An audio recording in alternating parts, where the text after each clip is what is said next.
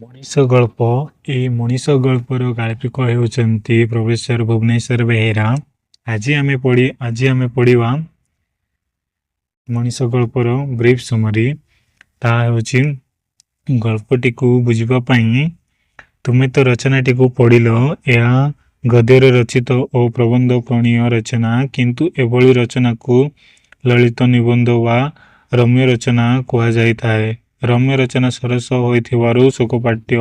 ଏହା ପାଠକର ମନକୁ ଛୁଇଁଲା ଭଳି ଲେଖାଯାଇଥାଏ। ପ୍ରବନ୍ଧ ଭଳି ଏହାର ଉପକ୍ରମ, ବିଷୟବସ୍ତୁ ଓ ଉପସଂହାର ଅଂଶ ଥାଏ, ମାତ୍ର ଏହା ନିବନ୍ଧ ଅର୍ଥାତ୍ ବନ୍ଧନହୀନ। କୌଣସି ରଚନା ନିୟମକୁ କଡ଼ାକଡ଼ି ଭାବରେ ଅବଲମ୍ବନ କରିନଥାଏ। ରଚୟିତା ବିଷୟରୁ ବିଷୟାନ୍ତରକୁ ଯାଇ ପୁଣି ବିଷୟକୁ ଆସନ୍ତି। ବର୍ଣ୍ଣନାର ଚୁମ୍ବକୀୟତାରେ ପାଠକ ପୁଲକିତ ହୋଇ ଆଗେଇ ଚାଲେ। ତେଣୁ ତିନୋଟି ସ୍ତରରେ ସୀମାବଦ୍ଧ ହୋଇନଥିବାରୁ ଏହାର ଗୋଟିଏ ପରେ ଗୋଟିଏ ଅଂଶର ଆଲୋଚନା କର୍ତ୍ତବ୍ୟ। ସବୁ ପ୍ରାଣୀଙ୍କ ମଧ୍ୟରୁ ମଣିଷକୁ ଲୋକେ ଅଦ୍ଭୁତ ପ୍ରାଣୀ ବୋଲି ମନେ କରନ୍ତି, କାରଣ ଅନ୍ୟମାନେ ହାମୁଡ଼େଇ ଚାଲିଲାବେଳେ ମଣିଷ ସିଧା ହୋଇ ଚାଲେ। ପ୍ରାଣୀମାନଙ୍କ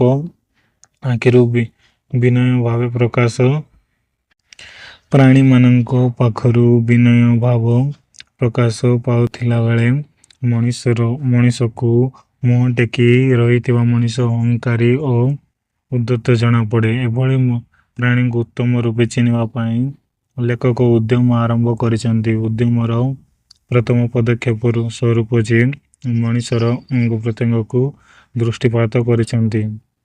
କାରଣ ଥୁଣ୍ଟା ଗଛ ପରି ଦିଶୁଥିବା ମଣିଷର ଅନେକ ଅଙ୍ଗ ରହିଛି, ଏହା ତା'ର ଗୋଟିଏ ବିଶେଷତ୍ୱ ହୋଇଥିବାରୁ ସେଗୁଡ଼ିକର ପରିଚୟ ପାଇଲେ ମଣିଷକୁ ଚିହ୍ନି ହେବ। କିନ୍ତୁ ପରେ ସେ ଉପଲବ୍ଧି କରିଛନ୍ତି, ଅବୟବର ସମ୍ୟକ୍ ନିରୀକ୍ଷଣ ଦ୍ୱାରା କୌଣସି ପ୍ରାଣୀକୁ ଯଥାଯଥ ରୂପେ ଚିହ୍ନିବା ଆଶା ଭ୍ରମ ବା ପ୍ରମାଦପୂର୍ଣ୍ଣ। ଏଥିପାଇଁ ସେ ଚାଲିଚଳନ ଅନ୍ଧଙ୍କ ହାତୀ ଦେଖା ଗଳ୍ପର ଅବତାରଣ କରିଛନ୍ତି। ପ୍ରତ୍ୟେକ ଅନ୍ଧ ହାତୀର ଗୋଟିଏ ଅଙ୍ଗକୁ ସେମିତି ଅନୁଭବ କଲେ ସମୁଦାୟ ହାତୀଟି ସେହିଭଳି ବୋଲି ଚିହ୍ନିଲେ ସମସ୍ତଙ୍କ ବକ୍ତବ୍ୟ ଭୁଲ ହେଲା। ତେଣୁ ଅବୟବକୁ ଜାଣିଲେ ମଣିଷକୁ ଚିହ୍ନି ହେବ ନାହିଁ। ଅଙ୍ଗ ପ୍ରତ୍ୟଙ୍ଗରୁ ମଣିଷକୁ ଚିହ୍ନି ହେବ ନାହିଁ। ଜାଣିଲା ପରେ ଲେଖକ ଆଚରଣ ପ୍ରତି ଦୃଷ୍ଟି ଦେଇଛନ୍ତି। ସେଥିପାଇଁ ସେ ଜ୍ଞାନୀଗୁଣୀଙ୍କ ମତ ଉଦ୍ଧାର କରିଛନ୍ତି। କେହି ସଂସାରକୁ ଖେଳଘର କହିଲାବେଳେ କେହି ରଙ୍ଗମଞ୍ଚ ବୋଲି କହନ୍ତି। ମଣିଷମାନେ ଖେଳର ଖେଳାଳି ହୋଇ ଖେଳୁଥାନ୍ତି ଓ ରଙ୍ଗମଞ୍ଚରେ ଅଭିନେତା ହୋଇ ଅଭିନୟ କରିଥାନ୍ତି। ଖେଳାଳିମାନେ ପ୍ରକୃତରେ ଖେଳୁଛନ୍ତି କି ତାଙ୍କ ଅନ୍ତରରେ ଅନ୍ୟ କିଛି ଅଭିନୟ ଅଛି ଜାଣିବା କଷ୍ଟ। ସେମିତି ମଞ୍ଚରେ ବେଶ ହୋଇ ଅଭିନୟ କରୁଥିବା ଅଭିନେତାମାନେ ବାସ୍ତବରେ ତାହା ନୁହନ୍ତି। ତେଣୁ ଖେଳ ବା ଅଭିନୟରୁ ମଣିଷକୁ ଚିହ୍ନିବା ଭ୍ରମାତ୍ମକ ହୋଇପାରେ। ମଣିଷ ପରି ଅଭିନୟ କରୁଥିବା କୁଶଳୀ ଅଭିନେତା କୌଣସି ଜନ୍ତୁ ହୋଇପାରେ। ପୁଣି ଅନେକ ସମୟରେ ମଣିଷର ଆଚରଣ ଗଧ, ବଳଦ, ମାଙ୍କଡ଼, କୁକୁର, ଘୁଷୁରି ଭଳି ହୋଇଥାଏ। ତେଣୁ ଅଭିନୟରୁ କୌଣସି ଜନ୍ତୁକୁ ମଣିଷ ଭଳି ନିଶ୍ଚିତ ହେବା ଭୁଲ ହୋଇପାରେ।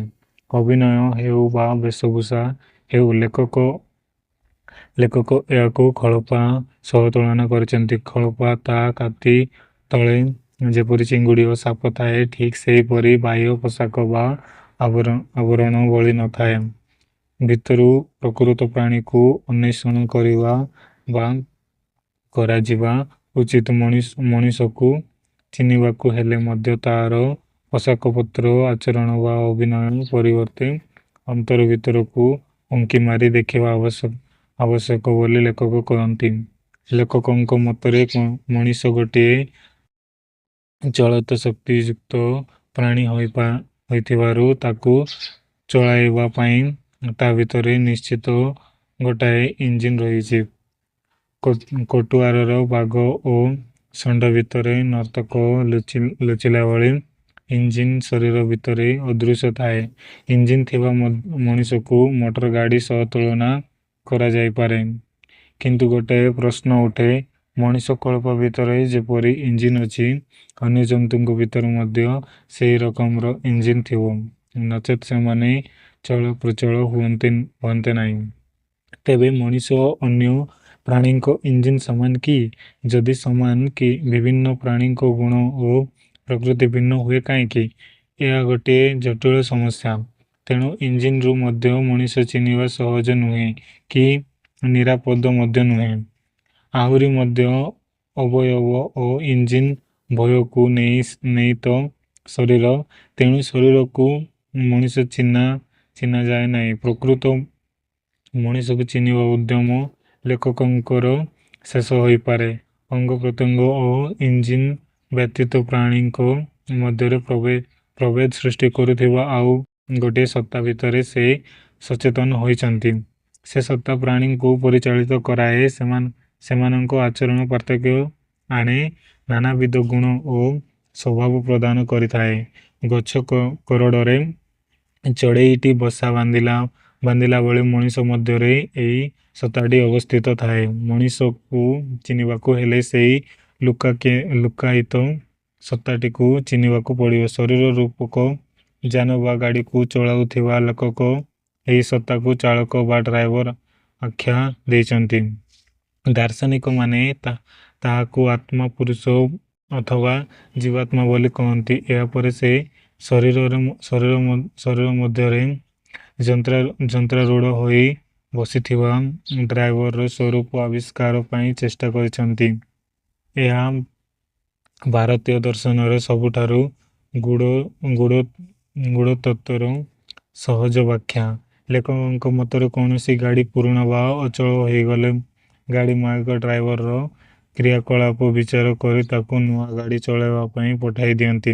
ସେହିପରି ଆତ୍ମା ପୁରୁଷ କେତେବେଳେ ମାନବତର ପ୍ରାଣ ଦେହ ଧାରଣ କରେ ତ କେତେବେଳେ ମାନବ ଶରୀର ଦେହ ସହିତ ତାହା ଏକାକାର ହୋଇଥାଏ। ମଣିଷ ମଧ୍ୟରେ ଦିବ୍ୟମାନ ଆତ୍ମା ପୁରୁଷକୁ ଜାଣିବା ପରେ ସେ ଉତ୍ତମ କି ମନ୍ଦ ନ ଜାଣିଲେ ଅସୁବିଧା। ଆତ୍ମାକୁ ଡ୍ରାଇଭର ବୋଲି କହୁଥିବା ଲେଖକ ଏଥିପାଇଁ କୌଣସି ସାଧାରଣ ଉପାୟ ବତାଇଛନ୍ତି। ଦୁର୍ଗମ ରାସ୍ତାରେ କୌଣସି ଗାଡ଼ି ଖରାପ ହୋଇଗଲେ ସେହି ବାଟ ଦେଇ ଯାଉଥିବା ଅନ୍ୟ ଗାଡ଼ି ଡ୍ରାଇଭର ସେଠାରେ ଅଟକି ସାହାଯ୍ୟ କରିବା ପରିବର୍ତ୍ତେ ଦ୍ରୁତ ଗତିରେ ଗନ୍ତବ୍ୟ ପଥରେ ଚାଲିଯାଆନ୍ତି। ସେମାନେ ସ୍ୱାର୍ଥପର, କେବଳ ନିଜକୁ ଦେଖନ୍ତି, ବିପଦରେ ପଡ଼ିଥିବା ଅନ୍ୟକୁ ଦେଖନ୍ତି ନାହିଁ। କିନ୍ତୁ ଯେଉଁ ଗାଡ଼ିର ଚାଳକ ସେଠାରେ ଅଟକି ସମବେଦନା ଜଣାଏ, ସାଧ୍ୟମତେ ଦୁର୍ଗତ ଡ୍ରାଇଭରକୁ ସାହାଯ୍ୟ କରେ, ସେ ଉତ୍ତମ ମଣିଷ। ଅତଏବ ବିପଦରେ ପଡ଼ିଥିବା ମଣିଷକୁ ଯିଏ ସାହାଯ୍ୟ କରେ ସେ ପ୍ରକୃତ ମଣିଷ। ଅନ୍ୟମାନେ ମଣିଷ ପରି ଦିଶୁଥିଲେ ମଧ୍ୟ ସେମାନେ ଅମଣିଷ। ସେମାନେ ହୁଏତ ମଣିଷ ପରି ଅଭିନୟ କରୁଥାନ୍ତି, କିନ୍ତୁ ଏ ପରୀକ୍ଷାରେ ସେମାନଙ୍କ ଅସଲ ସ୍ୱରୂପ ଚିହ୍ନା ପଡ଼ିଥାଏ। ଆମ ସାଧାରଣ ଜୀବନରେ କେହି ସଙ୍କଟରେ ପଡ଼ିଲେ କିଛି ଲୋକ ତାକୁ ବ୍ୟଙ୍ଗ ବିଦ୍ରୂପ କରି ତାହାର ଦୁଃଖ ବଢ଼ାଇ ଦିଅନ୍ତି, ଆଉ କେହି ତାହାର ଅସୁବିଧାର ସୁଯୋଗ ନେଇ ଲାଭ ଅନ୍ୱେଷଣ କରନ୍ତି, କିନ୍ତୁ ଆଉ କେହି ସାହାଯ୍ୟ ପାଇଁ ହାତ ବଢ଼ାନ୍ତି। ଏମାନେ କାହାର ଦୁଃଖ ସହି ପାରନ୍ତି ନାହିଁ। ନିଜ କଷ୍ଟ ସହି ଅନ୍ୟକୁ ସହାୟ ହୁଅନ୍ତି। ସେମାନେ ଶ୍ରେଷ୍ଠ ମଣିଷ। ସେମାନଙ୍କୁ ମହାପୁରୁଷ ବୋଲି କୁହାଯାଏ।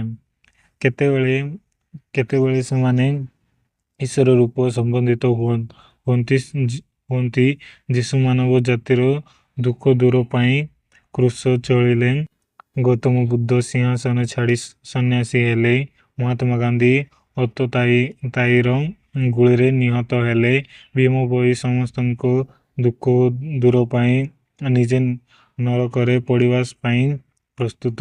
ସେ ଗାଇଥିଲେ ପ୍ରାଣୀଙ୍କ ଆରତ ଦୁଃଖ ଅପ୍ରମିତ ଦେଖି ଦେଖୁ ଦେଖୁ କେବା ସବୁ ମୋ ମୋ ଜୀବନ ପଛେ ନରକେ ପଡ଼ିଥାଉ ଜଗତ ଉଦ୍ଧାର ହେଉ। ଏମାନେ ସମସ୍ତେ ମହାନ ଆତ୍ମା, ତେଣୁ ମାନବ ଜାତିର ଉପାସ୍ୟ। ଏଇ ମଣିଷ ଗଳ୍ପର ବ୍ରିଫ୍ ସମରି ଥିଲା ଏତିକି। ଏଇ ବ୍ରିଫ୍ ସମରି ଯଦି ତୁମକୁ ଭଲ ଲାଗିଥିବ ତାହେଲେ ସବସ୍କ୍ରାଇବ୍ କରିବା ପାଇଁ ଭୁଲିବେନି ଏବଂ ଲାଇକ୍ କରିକି ତମ ସାଙ୍ଗମାନଙ୍କୁ ସେୟାର କରନ୍ତୁ ଏବଂ ଏନ୍ଆଇଏସ୍ରେ ଟପ୍ କରନ୍ତୁ। ଏଇ ସମରିକୁ ବାର ବାର ଶୁଣନ୍ତୁ, ଯାହାଫଳରେ ତୁମକୁ ଭଲସେ ମନେ ରହିବ ଏବଂ ସବୁ ପ୍ରଶ୍ନର ଉତ୍ତର ଠିକ୍ ଠାକ୍ ଦେଇପାରିବେ, ଯାହାଫଳରେ ତୁମେ ଏନ୍ଆଇଏସ୍ରେ ଭଲ ମାର୍କ ଆଣିପାରିବେ। Thank you so much for watching.